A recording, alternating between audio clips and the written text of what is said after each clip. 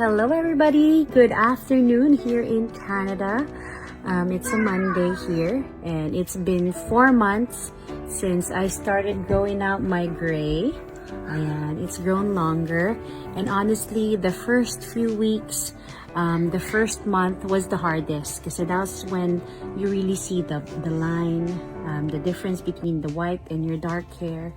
And honestly, I've questioned my decision. I wanted to go back. I wanted to dye my hair back darker and into dark brown, but I've continued on. And ngayon, mas mahaba na yung aking white hair and I like it. Do you like my white hair? Yeah. Oh, yeah. And my children loves it. My husband loves it. And I think it's the same with faith too.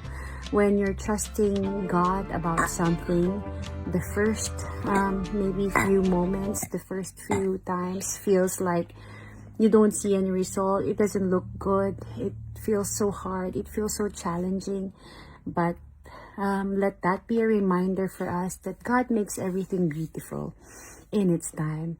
And we just need to trust God that even though we don't see anything yet, or maybe what we see is not good, let us trust that He is working in us and through us. So keep trusting, keep believing that everything's gonna be beautiful in its proper time.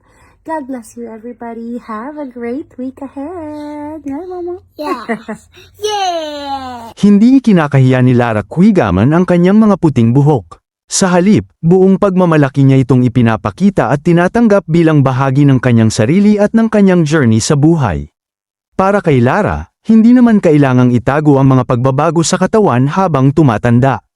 Ang bawat puting hibla ng buhok ay parang paalala ng mga karanasan, pagsubok at masasayang moments na kanyang pinagdaanan. Aminado siyang may emosyonal na bahagi ang desisyong ito. Hindi madaling ipakita sa publiko ang isang bagay na maraming tao ang pilit tinatakpan o tinatanggal. Pero sa huli, mas pinili niyang maging totoo sa kanyang sarili. Masaya si Lara na dumating siya sa puntong hindi na niya kailangang isipin kung ano ang sasabihin ng ibang tao. Hindi niya kailangang magpanggap na walang pagbabago. Para sa kanya, natural lamang ang pagtanda at bahagi ito ng buhay na dapat tanggapin. Para kay Lara, ang tunay na confidence ay hindi lamang tungkol sa itsura. Mas mahalaga ang pagiging komportable sa sarili at ang pagtanggap sa kung sino ka sa bawat stage ng iyong buhay. At marahil yun ang dahilan kung bakit marami ang humanga sa kanyang honesty. Sa panahon ngayon na napakaraming pressure na manatiling bata ang itsura, pinili ni Lara na ipakita na maganda rin ang pagtanggap sa natural na pagbabago. Ang kanyang white hair ay hindi bagay na kailangan niyang itago.